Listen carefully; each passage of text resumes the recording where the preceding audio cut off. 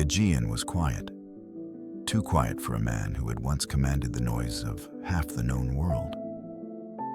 On the cliffs near the Hellespont, King Xerxes stood beneath a torn canopy of purple silk, watching the black smoke rise from what remained of his fleet. The sea that was meant to carry him to glory now carried his shame. Burned ships drifted like coffins, their golden prows half sunk, their banners curling in flame. He had crossed from Asia to Europe to prove that the gods themselves could bleed. And now it was his empire that was bleeding out before his eyes. His generals dared not speak. Around him, the surviving nobles stood frozen, pretending not to see their king tremble. Xerxes, son of Darius, ruler of kings, master of 1,000 cities, reduced to silence. He had marched 1,000,000 men across the Hellespont, built bridges of ships, and punished the sea when it dared resist him. He had burned Athens to the ground and turned its temples into ash. Yet, on this morning, it was the Greeks who ruled the horizon. Behind him, the wind snapped at the imperial standard, gold on black, the winged symbol of Ahura Mazda, the same banner that had flown over Babylon, Susa, and Persepolis. Once men believed it would fly over the entire world. Now it hung torn, a relic of arrogance. Xerxes turned away from the sea, his eyes hollow but burning with something deeper than rage. Not grief, not loss, something colder, memory. He remembered Thermopylae, the mountain pass where 300 Spartans refused to kneel. He remembered how they fought without fear, how their final screams had sounded like hymns. Leonidas, just a name then, had become a curse in Persian tongues, a reminder that even kings could fail. Xerxes had built an empire on fear. But those men, those scarlet-cloaked fanatics, had taught the world a lesson. Fear, once given, can be taken back. When word of Salamis reached him, the disaster at sea, the collapse of his naval arm, Xerxes ordered his engineers hanged, his admirals flogged, and his scribes forbidden from recording the truth. The Persians had lost more than ships. They had lost the illusion of invincibility. Still, he refused to accept defeat.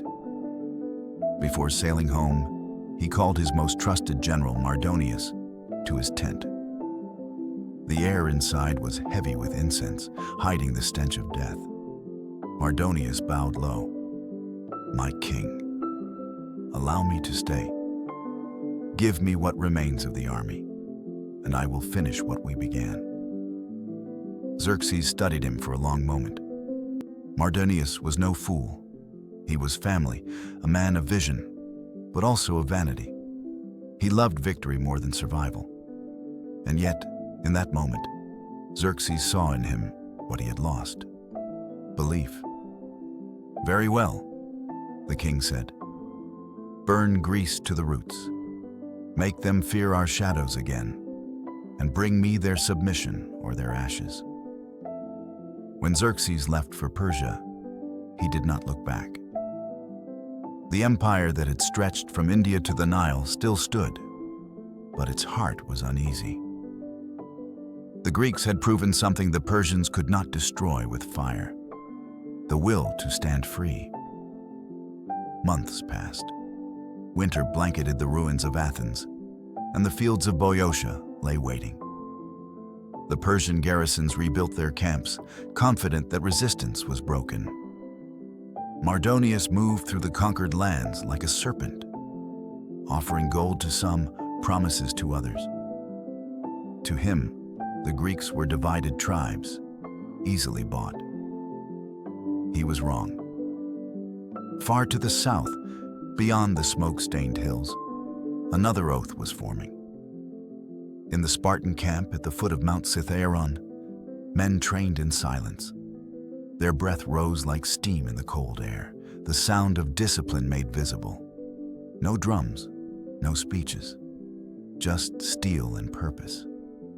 The war that had started with pride would now end with vengeance. Their commander was Pausanias, nephew of Leonidas. Young, calculating, but born with the same quiet fire that had burned in his uncle's eyes. On his shield was carved a single letter, Lambda, the mark of Laconia. And in his tent hung the broken spear of Leonidas, blackened from the pass of Thermopylae. Every man who entered that tent saw it and remembered why they were there. Messengers from Athens arrived, their voices sharp with urgency. The Persians had rebuilt their strength. Their cavalry was devastating villages, their archers claiming the rivers. Some city-states hesitated. Argos wavered, Thebes betrayed. But Sparta moved like a blade unsheathed. Pausanias called his officers together. "They think Greece is divided," he said, voice steady. "Then let us divide them with their own blood." The Spartan army began its march north, joined by contingents from Athens, Corinth, and Megara. The earth shook beneath their shields. Farmers left their plows, boys left their mothers, slaves were freed to fight beside citizens. They carried no illusions of glory, only a hunger to finish what Leonidas had begun. Meanwhile, Mardonius built his fortress of arrogance. He encamped near the town of Plataea, erecting golden tents, Persian gardens, and halls lined with ivory. His soldiers feasted as if the war was already won. Each banquet ended with laughter at the Greeks' expense. "The Spartans hide behind mountains," one noble sneered. "They are wolves who bark in the dark." Mardonius smiled. "Then let us bring them light." But the light that awaited him was not the dawn. It was fire. As spring arrived, scouts reported movement beyond the ridges. Spartan banners glimmered like blood in the sunlight. Mardonius ordered his cavalry to ride out, confident they would scatter the enemy as before. Yet the Spartans did not run. They did not even flinch. They stood their ground, shields locked, eyes cold. To the Persians, it was madness. To the Greeks, it was destiny. In that moment, the air on the plain of Plataea changed. It felt heavier, as if the gods themselves were watching. The Persians believed in fortune. The Spartans believed in preparation. The clash that was coming would decide which belief ruled the world. By night, Pausanias walked alone along the line of campfires. The men saluted quietly, but he said nothing. He stopped before Leonidas' spear, planted in the ground beside his tent. The flame light danced along its surface like liquid bronze. He knelt and whispered, "We return your death with theirs." Far away in Susa, the winds carried rumors back to Xerxes' court, that the Greeks were rising again, that the Spartans were gathering. He dismissed it with a gesture, but the truth gnawed at him in silence. For the first time in his reign, the great king of Persia could not sleep. Because somewhere deep inside, he understood. The gods he thought could bleed had never been the Greeks. They had been his own illusions. And as the armies of both worlds prepared to meet on the fields of Plataea, one question burned hotter than any forge of war. When fear changes sides, who really wins the battle? The ruins of Athens still smoked when Pausanias received the summons. The Persians had left nothing but blackened stones and bones of temples, their horses tethered among the columns of what once was wisdom's home. The Acropolis, once the pride of all Greece, stood stripped and silent. Crows perched on the statues of Athena, and the wind carried ash through the marble streets. To most, the war seemed already lost. To Sparta, it had only just begun. In the council at Corinth, the Greek alliance faltered. Envoys from island cities spoke of peace. Thebes had defected to Persia. Argos, jealous and bitter, refused to march. Even the Athenians, newly returned from exile, argued among themselves. But when the room fell into chaos, a single voice cut through the noise. It was the envoy from Sparta. "The Persians burned your gods," he said calmly, "and you would offer them olive branches? Sparta offers iron." That silence which followed was heavier than gold. Everyone knew what it meant when Sparta spoke of war. They did not threaten, they promised. Back in Lacedaemon, Pausanias walked the sacred hall of the kings. He was young, barely 30, but the scars across his arms and the cold in his eyes aged him beyond years. Before him hung the relics of Thermopylae. Leonidas' armor, the torn crimson cloak, and the broken spear taken from the pass where 300 Spartans had fallen. He reached out and took the spear in his hand. The shaft was cracked down the middle, blackened from fire, heavy with history. To some, it was a relic of defeat. To Pausanias, it was a reminder of unfinished business. He turned to the council of elders. "Leonidas stood with 300. I will march with 10,000. No one questioned him. Not even the ephors, the iron voices of Sparta, dared to oppose a man carrying Leonidas' ghost on his shoulder. Word spread across Greece like a heartbeat, returning to a dying body. The Spartans were coming. From the valleys of Laconia and the high passes of Taygetus, warriors assembled in silence. They did not sing or boast. They sharpened their blades and polished their shields until the sun itself seemed to reflect from their ranks. Each Spartan knew the cost. They had buried fathers at Thermopylae, brothers at Salamis, sons who never came home. Yet none hesitated. They carried no hope of riches or titles, only the belief that Greece must never kneel to a man who called himself king of the world. As Pausanias led the army north, columns of hoplites joined him from Corinth, Megara, and even the scarred survivors of Athens. They moved through burned villages and ruined temples, each step a vow to repay fire with fire. When they reached the plains of Boeotia, the enemy was already waiting. Mardonius had made his camp near Plataea, sprawling like a city of silk. Persian engineers had built walls of timber and earth, tents hung with gold, and stables overflowing with black horses. He had brought with him the elite of Persia, immortals in armor gleaming like obsidian, cavalry from Bactria and Media, archers from India whose arrows sang like rain. At dawn, Persian envoys rode to the Greek lines, their robes bright, their tone dripping with confidence.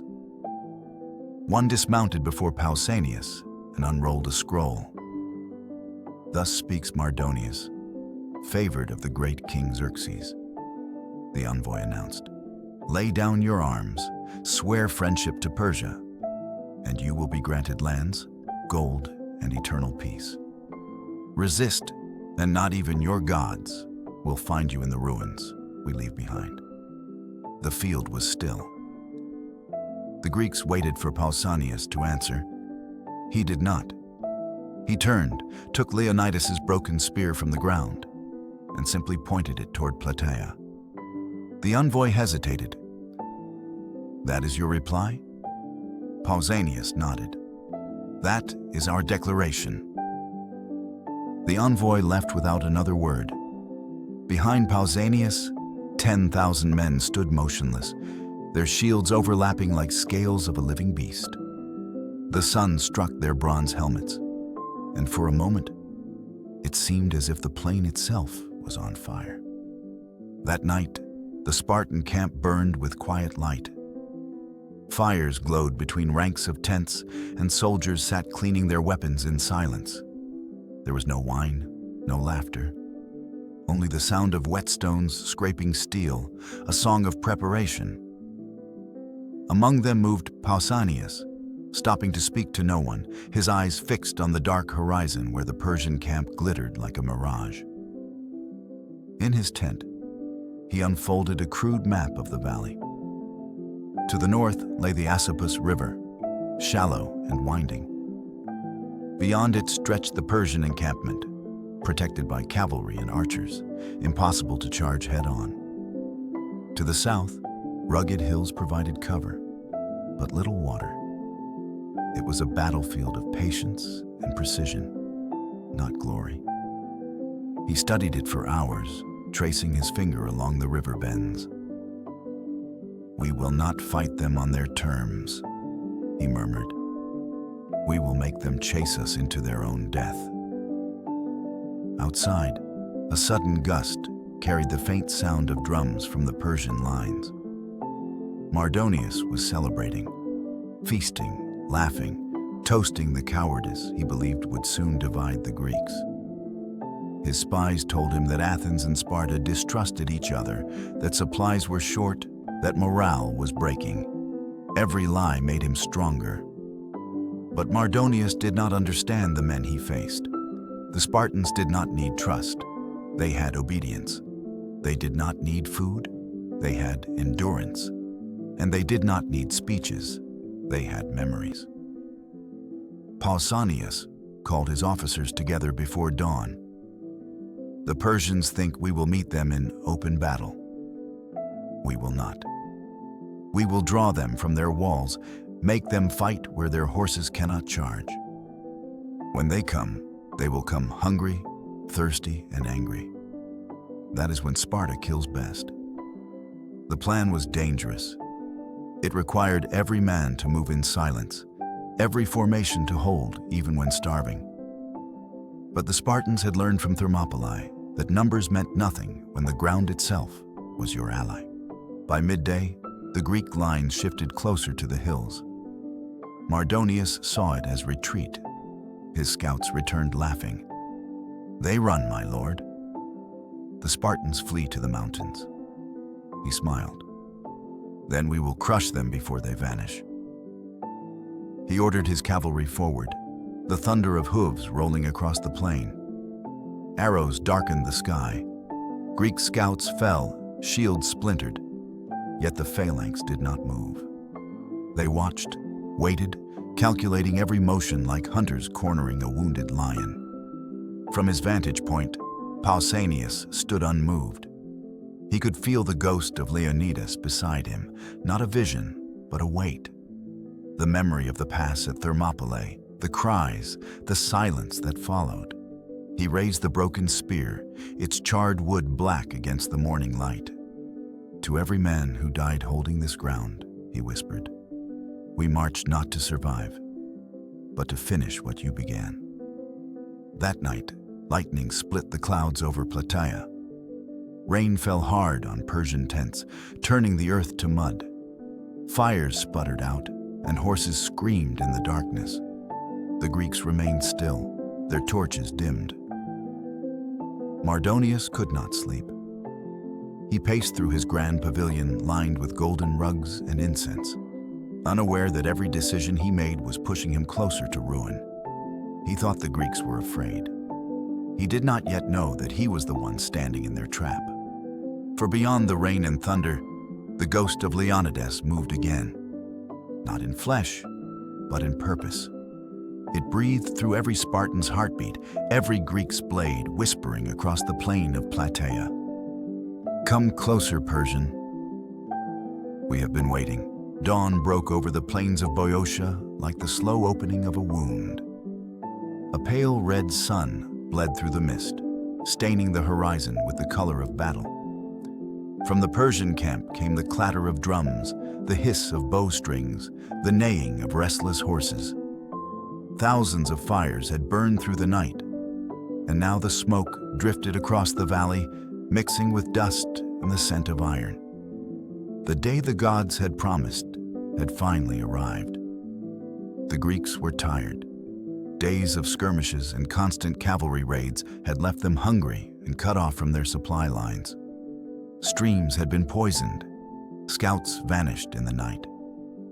Mardonius believed he had them cornered, starved, demoralized, ready to crumble. From his pavilion, he watched the hills through a haze of incense, confident this would be his triumph. "Today," he told his officers, Greece will remember who rules the world. But in the Greek lines, silence ruled. Pausanias walked along the front, his armor unpolished, his cloak plain, his eyes fixed on the rising sun. Behind him, 10,000 Spartans stood motionless. Each man a wall of muscle and bronze, each heartbeat a drum. The Athenians held the left flank, Corinth and Megara the center.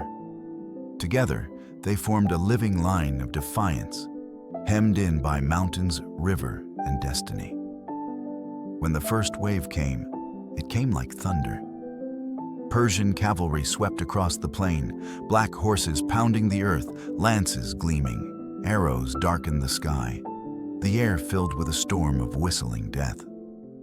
Men ducked, shields lifted, the sound of bronze against wood echoing like rain on stone.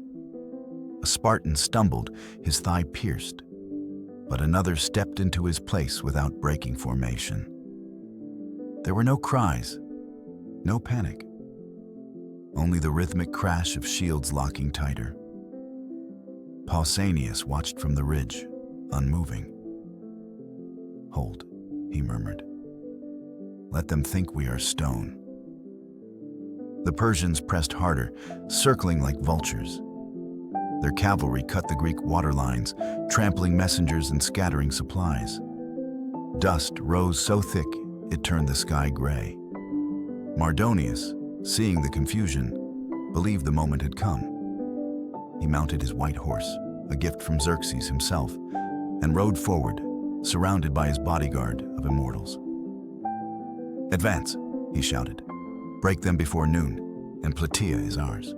From the Persian camp poured thousands, archers, spearmen, and mercenaries from every corner of the empire. The plain trembled beneath their feet. Bronze armor flashed like sunlight on water. Trumpets blared. It was a sight meant to terrify. But fear had already changed sides. The Spartan line began to move. It started as a slow rhythm, boots grinding into the earth, shields rising like a tide. The scarlet cloaks rippled in the wind, a sea of blood in motion. Spears lowered. Not a word was spoken. The phalanx was no longer men. It was geometry in motion, an equation written in death. Every step measured, every heartbeat aligned. Arrows rained again. The Spartans did not run. They did not even blink. Their shields took the storm, shafts cracking, iron heads glancing off bronze. The first Persian line faltered, expecting their barrage to scatter the Greeks. Instead, the phalanx quickened pace, boots pounding like war drums. Then it hit. The sound was not of battle, but of collapse. The Spartan wall met the Persian tide with the force of an earthquake. Spears punched through linen armor and bone, shields slammed into chests, crushing breath and bone alike. The Persians fought with fury, their blades flashing in the sunlight, but their formation shattered against the order of the phalanx. Every time one man fell, another stepped into place. Every thrust was followed by another. Pausanias moved through the ranks, his voice calm amid the chaos. Forward, no step back, not one.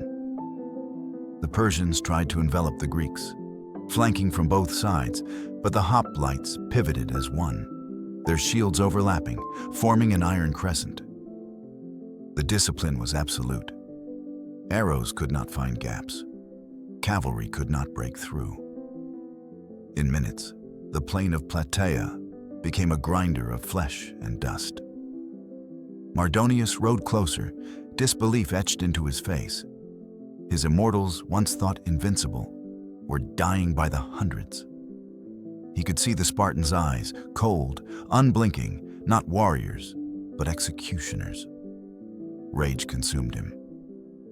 He spurred his horse forward, shouting for his men to stand. "Do you fear them? They are mortals. Break them!" A spear struck his horse, sending it screaming to the ground. Mardonius rolled free, grabbing his own spear, his gold-plated armor glinting like the sun. He charged the nearest Spartan line, roaring. For a moment, the battle froze, the great general of Persia against the wall of Laconia. He thrust. His spear glanced off a shield. Another Spartan lunged. The tip of a bronze spear found his chest. It drove through silk, through gold, through pride. Mardonius staggered, eyes wide, blood spilling over the dust. He fell to his knees, reaching for the sky that no longer saw him. When he collapsed, the Persian banner fell with him. It was the signal the Greeks had waited for. A roar erupted, not from the Persians, but from the Spartans. It wasn't rage, it was release. The phalanx surged forward, driving the enemy back step by step. Horses broke free, screaming. The Persian lines crumbled, discipline dissolving into chaos. Archers dropped their bows. Infantry fled toward the river, trampling each other. The slaughter was unstoppable. Spartans, Corinthians, and Athenians poured through the gaps like floodwater through a broken dam. The Persian camp, once a palace of luxury, became a furnace. Silk tents caught fire. Golden banners burned black. Men drowned in the Asopus, their armor dragging them down like stones. Pausanias stood amid it all, his face streaked with dust and blood. "No prisoners," he said quietly. "Let them carry the memory home." By midday, the plain was silent except for the moans of the dying. The Persians had brought the wealth of an empire, the might of nations, the arrogance of kings, and lost it all to the discipline of one city. When the smoke cleared, Mardonius lay face down in the dust, his gold armor dull under the sun. Pausanias approached and looked down at the body, without triumph. "This is what pride buys," he said, and turned away. Behind him, the Spartan phalanx stood again in perfect formation. Shields dented, cloaks torn, spears black with blood. Not one man smiled. Victory to them was not glory. It was duty completed. As the sun sank low, the field of Plataea glowed red, the air thick with the stench of war. Ravens circled overhead. The earth, soaked in Persian blood, seemed to breathe again. Greece had survived, not by miracle, but by discipline. That night, fires burned in the Greek camp while silence settled over the plain. The Spartans cleaned their weapons, polished their armor, and sat beneath the stars as if nothing had happened.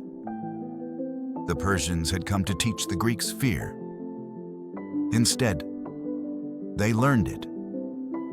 On that field of vengeance, the empire of Xerxes met something even kings could not command. Men who did not fear death, because they had already lived for honor. By nightfall, the plains of Plataea looked less like a battlefield and more like the wreckage of a civilization's arrogance. The fires that had begun as chaos now burned in solemn order. Persian tents glowing like funeral pyres against the darkening sky. Silk banners melted into ash. Gold armor lay half buried in blood-soaked earth. The smell of death mingled with perfume and roasted meat, the remnants of the Persians' last feast untouched on their tables. Goblets of wine still glistened beside corpses. What had been prepared for victory had become an offering to humiliation. The Greeks moved through the camp slowly, wary even in triumph. They found the tables set for kings, plates of figs, honey, and lamb untouched, rugs embroidered with the faces of Persian gods, jewels scattered among the fallen. But it was not the wealth that silenced them. It was the emptiness. The immortals, the elite warriors, who had once seemed endless, now lay motionless, their silver quivers and jeweled scabbards useless under the starlight. Pausanias walked through the carnage without a word. His armor was dented, his cloak blackened, his hands still stained with dust and blood. Every few steps, he stopped to look at what the Persians had built, their vanity, their comfort, their belief that war was simply another stage for luxury. He reached one of the golden tables and brushed a hand across its surface. The wine was still warm. He looked around and said quietly, "They prepared to eat, not to fight." Behind him, the Spartans gathered the wounded and piled Persian weapons into heaps. There was no cheering, no chanting of victory. The silence of Sparta was its celebration. To them, glory was a private thing, a quiet acknowledgement that duty had been fulfilled and the dead had been avenged. The Athenians, less restrained, offered prayers of thanks to the gods, but even their voices fell low in the face of what they saw. The contrast between the armies was haunting. The Persians had entered battle in gold and linen, the Greeks in bronze and leather. One had come to conquer, the other to survive. Now, the Persian silk robes clung to their bodies like burial shrouds, while the Spartans' armor glimmered beneath the moon, battered but whole. As the fires died down, Pausanias ordered that Mardonius's body be brought before him. The once proud general was now just another corpse, his armor stripped, his face unrecognizable. Someone had covered him with a Persian cloak, bright with embroidery. Pausanias looked down, then turned to his men. "Bury him," he said, "no more, no less. Let him have the dignity his king denied him." It was not mercy, it was justice. In Sparta, even enemies deserved order in death. The Persians had mocked the Greeks as barbarians. Tonight, it was civilization that came from discipline, not decadence. When dawn came, a thin mist crept over the plain, settling over broken spears and fallen horses. The river Asopus ran red but calm. From the hills, shepherds would later say the valley looked as if the gods themselves had struck it with thunder and left. The Greeks gathered their dead, laying them side by side with shields for gravestones. There were no names, no ranks, only warriors who had stood together when the world expected them to fall. A runner from Corinth brought word that the last Persian detachments had fled north, abandoning their supply camps and leaving thousands of slaves and concubines behind. Those captured told stories of panic. The moment the news of Mardonius's death spread through the ranks, men threw down their weapons and ran for the river, trampling each other in terror. The army that had once spanned continents now dissolved in a single night.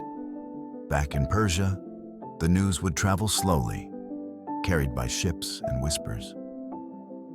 When it finally reached Xerxes in Susa, the chroniclers said he was sitting in a hall of mirrors, surrounded by dancers and incense. A messenger fell to his knees and delivered the words that would haunt the empire. Mardonius is dead. The Greeks stand victorious. For a long moment, Xerxes said nothing. The music stopped. The courtiers froze, waiting for his fury. Then the king stood, tore his robe from shoulder to waist, and threw his crown across the marble floor. He struck the nearest servant to the ground, not out of rage, but disbelief. He ordered the chroniclers to strike the word Sparta from all records. "That name," he said, "will not be spoken in my court again." He banned its mention as though silence could erase defeat. But silence only made it echo louder. The Persians had faced defeat before, but never fear. This was new, and it was unbearable. For the first time, the empire that believed itself eternal understood that its enemies were not temporary. The Greeks had no throne rooms, no jeweled armies, no kings who claimed divinity. They had discipline, and that was enough to make an empire tremble. In the following weeks, the survivors of Plataea became legends. Poets would write of them as the men who cut the shadow of Persia in half. The Spartans would say nothing at all. They returned home in silence, carrying their dead and leaving behind only the memory of what they had done. When asked by curious allies how it felt to destroy the greatest army the world had ever known, Pausanias simply replied, "We buried arrogance." The battlefield remained untouched for years. Travelers said the plain of Plataea was cursed, that no birds sang there, that the soil still smelled of smoke. Yet, every spring, wildflowers bloomed among the armor fragments, as if the earth itself was trying to remember something beautiful beneath all that ruin. In Persia, priests lit lamps to honor the fallen, but their prayers carried unease. The great king's armies had always expanded outward, until now. Plataea was not merely a defeat. It was the edge of an empire's breath. Every road west now carried ghosts. Generations later, when Persian envoys passed through Greece, they did so quietly, their banners lowered, their voices careful. The word Sparta no longer meant a city. It meant a warning. And somewhere beyond the Aegean, in a land of marble and olive trees, men would tell their sons the story of how silence killed an empire. How the Persians, who once believed themselves divine, had been undone not by might, not by numbers, but by men who spoke only through action. For all the noise of conquest, it was the quiet discipline of Sparta that ended the age of Persian dominance. Plataea was not a victory of swords, but of restraint.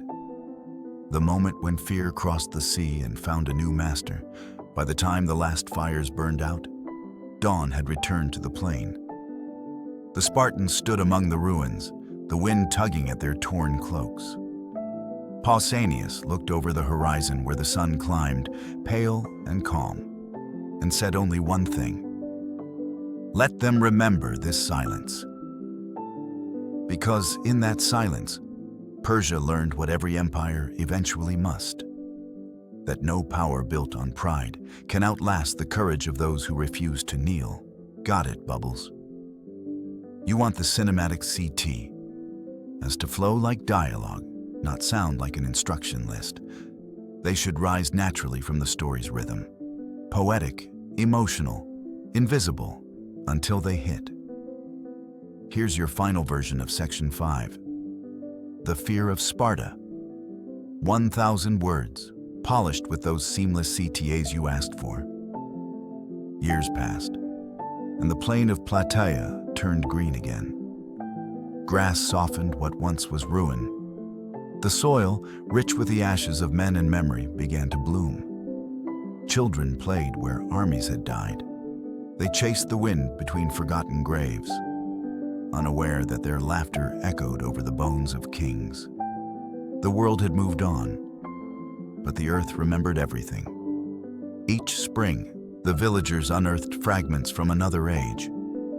A bronze clasp, the edge of a spear, a piece of armor still smelling faintly of iron and smoke. They would bring it home, dust it off, and whisper to each other, "This is from the day the Persians learned fear." And though they never saw the battle, they felt its ghost in every breeze that crossed the valley. Greece had changed. The gods were quieter now, the temples brighter, and philosophy had replaced war cries. But even in peace, the shadow of one name lingered: Sparta. Not as a city, not as a people, but as a memory of men who fought without arrogance, who won without boasting, who proved that silence can roar louder than empires. Salamis had been clever, Thermopylae had been defiant, but Plataea was justice. It was where courage and vengeance walked hand in hand, where the promise made at a narrow pass found its answer on an open field. Pausanias refused every offer of gold, every poem written in his honor. When they tried to crown him, he said, "We have no need for wreaths. We already have silence." Then he took Leonidas's broken spear to the temple of Athena and laid it before her altar. No words, no tears, just the sound of bronze touching stone. The story spread across generations. Plataea became the quiet lesson every conqueror feared. When Rome rose, it studied the phalanx. When empires expanded, they remembered the plain where arrogance bled into the dirt. For the Spartans had done more than win a war. They had carved a truth that time could not erase. No empire survives when its enemies stop being afraid. Far to the east, the Persians no longer spoke of Greece. In their royal archives, scribes skipped the year entirely. The word Lacedaemon was forbidden. But fear has its own language, and even in silence, it spoke. In Sparta, boys were raised on stories of that dawn, how their fathers stood shoulder to shoulder against the might of the world, how the river ran red, but their line never broke. They were told that discipline was their inheritance and fear their enemy. When you fight, their elders said, do not speak of victory. Speak of duty. Plataea was not one for glory. It was one to remind kings they can bleed. Centuries turned to dust. Empires rose, empires fell. The world changed its rulers, its gods, its wars, but not its lesson. Travelers passing through Boeotia would still stop on the plain at sunset. They said the air felt heavier there, as if the ground itself breathed differently. Some swore they could hear the distant rhythm of shields locking together when the wind shifted. Others claimed to see faint red shapes in the mist, phantoms of the men who had once stood unbroken. And maybe they were right. For courage never truly dies. It lingers, waiting for another heart to remember it. When the light fades over Plataea, the fields glow gold for one last moment. Amid the wild grass, something gleams. A single Spartan shield, half buried in earth. The letter lambda carved faint but proud. The wind brushes against it, and the sunlight catches its curve just so, as if the gods themselves still polish it with memory. The voice of the narrator lowers to a whisper, not preaching, not commanding, just remembering. Empires fall not when their armies die, but when their enemies stop being afraid. The camera pulls back, wide, endless, quiet. The plain stretches under the dying sun. The hills fade into shadow. But the shield remains, glinting once more before the darkness swallows it whole. And then, softly, almost like an afterthought, carried on the wind. If stories like this still move you, tell them again. Let someone else feel this silence. Let them see what fear once looked like, and what courage still is. A pause. The wind deepens. Because every time you share this memory, every time you keep it alive, you remind the world that history is not dead. It's just waiting for another voice to remember it. The screen fades to black. The echo of steel fades with it. But the words remain, gentle and haunting. Remember Plataea? Speak it. Pass it on. A heartbeat of silence. Then, like the story, comment on its courage, share its echo, subscribe to its memory, the faint clatter of a shield, and the voice, one last time, calm and reverent. Because courage deserves witnesses, and every forgotten battle deserves to be remembered again.